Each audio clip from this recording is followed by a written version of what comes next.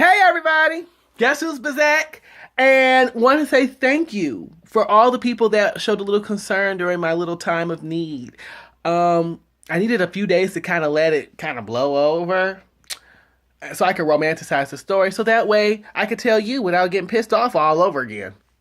I also want to thank all of the fake bitches that didn't say anything. Cause you hoes is fake. You always been a fake bitch. You always will be a fake bitch. And y'all just been fake. Bitch. Anywho. So, I just wanted to let you guys know that going through this situation is not new for Jason. Never has been new for Jason. It's extreme, but not new. So, I'm at my friend's house. Hey, Shane, I was at my best friend's drinking Hennessy and applying for jobs because, I'm a broke bitch looking for a job. Because clearly they have none in Detroit. And I was like, I'm hungry. I need a little snack. But my places wasn't open. New Wave and Captain Jack, they wasn't open. So I was like, all right, well, I need to put something on my stomach because I could feel the Hennessy swimming. So I was like, I'm going to go get some checker fries and I'm going to go get some chicken. Bet. So I go get the fries. I'm in the line for the chicken. And there's two cars acting very erratic. Whatever. I'm on the phone with my girl Masika from Cali. So she has heard everything. She's never been to Detroit. And after this phone call, I don't think she ever really wants to visit. Which is fine. So, sitting there they're acting erratic. They pull off. As they pull off, I pull up. Because I'm ready to get my food. I already called it in, everything. So, I'm going to get my food. And the girl was like, they left they money and they food. The people in the orange Camaro or whatever car that was. I don't know cars. I'm from Detroit. Don't give a fuck about no damn car, but that's just how it is. So I'm like, girl, I'll take that money and food. That's my shit.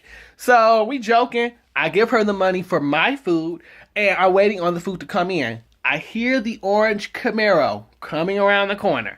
And sure enough, girl gets out of the car. Fucked up ass weave. The type of weave that has your real hair up at the top, but the weave is kind of just sitting at the bottom. You know what I mean.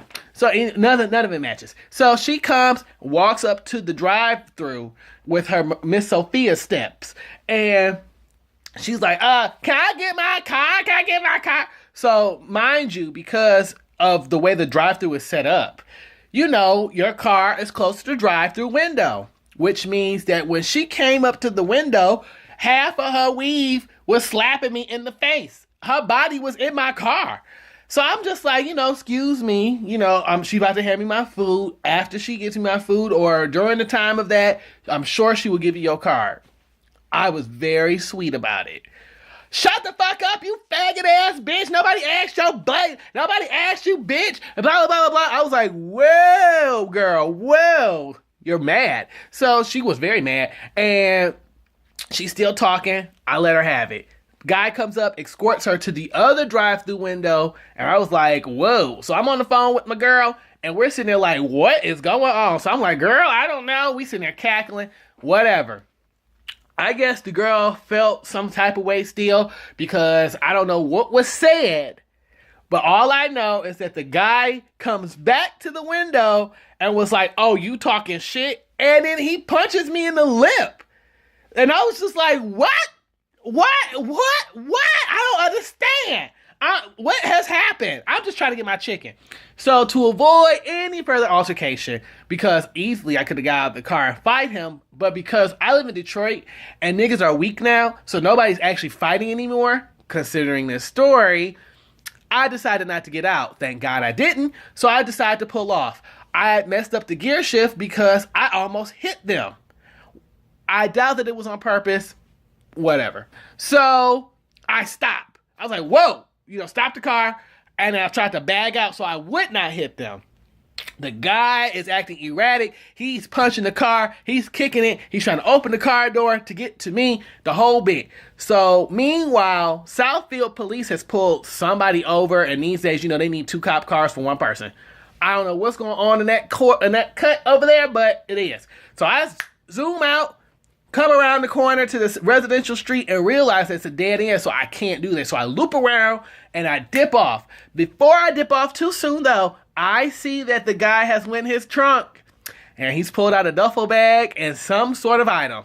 And in my mind, living in Detroit for over, 20-something years now, I know that it's a gun. So I book it because I don't want to get shot. Southfield police pulls me over on the same side of Detroit. So as they pull me over, I'm trying to wave them down. Here's my license, no questions, no answers. Here, look, somebody's pointing a gun. Do you see that? And they said no. They see me about to hit the two people. So I was like, so you saw that, but did not see the gun. They didn't even care. So I told them, like, look, I told them the story, and they laughed. They laughed at the story. So I was like, yo, they have a gun. You can't do anything about it. We're Southfield police, and this is the Detroit side, so we have no jurisdiction. Meanwhile, you pulled me over on the Detroit side.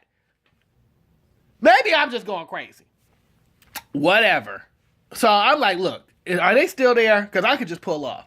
They let me go. The car's not there. I swing around, and I wave the girl down at the drive-thru so I get my chicken. And the guy in the van told me that the guy was reaching for a tire iron. I know that ain't true. But the girl in the drive-thru said it was an AK-47, and he was aiming at the car. That sounds like the right story. So I'm pissed because I have been told that, oh, my life, I'm just making it up. People don't threaten me every day. I'm too nice. No, girl, you can't make this shit up. This happens. Once again, extreme? Yes. New? No. Then you guys have told me that it's because it was at 2 o'clock in the morning. Don't make late night chicken runs and all this extra. Look, it could have happened at 11 o'clock in the morning. This is Detroit. People get killed on the bus. And last I checked, the buses don't run at 2 in the morning. So I don't understand that logic. This is Detroit. You can get shot at 7 in the morning or 7 at night. This is Detroit. Furthermore, to say that all crime happens everywhere is like telling me that all lives matter. No, girl. Yes, crime happens everywhere. That is true. But the shit that I have gone through for the past 20-something years has never happened in Atlanta. Has never happened in New York. When I went to visit Miami, never have I gotten this situation. Ever. That's never happened. I always get into shenanigans here in Detroit because you motherfuckers are petty. Y'all are the types that are very inconsistent with yourselves. You're not comfortable with yourselves, and you're jealous of a bitch like me who is comfortable with themselves. I had to get like this. You fake bitches been acting like this for years. Be it high school, y'all bitches is fake too. When I went to college, granted, I didn't go through this violence, but I went through this situation in college. And you motherfuckers is fake. Which, side note, I also, once again, want to thank you fake-ass bitches for not checking up on me. Because it lets me know that you are still fake as fuck. And that's fine. It's fine. I'm not pressed. But the gag is that don't tell me about what I should have done when you have not stepped in these footsteps at all. I'll be 30 this year. Whatever. But the gag is that I have gone through this forever. And the uber gag is that I saw that orange Camaro yesterday. So I know he lives in the area. So this is probably not the first or the last time I've seen this individual. But nope. It's because I make that chicken run, right? It's because when I go to the gas stations at 2 o'clock in the afternoon that I get harassed. But, that's my fault. That's like saying, a girl who wears a short skirt gets raped. That's what it sounds like to me. It's my fault. Because I went to go get some chicken at 2 in the morning. No. It is the product of the environment. And I wish you motherfuckers would get that together. Get that through y'all skulls. I love y'all, and I appreciate the concern, but this ain't new. It's just new to you. It ain't new to me. I'm just letting you in on the life of Jay Teray. Everybody can't handle this experience. Everybody can't walk in my shoes. But that's all right. I'm here to let you know the good news. And for all them bitches that was hating, I'm still alive, bitch. Gag on that hoe. In the girls' room.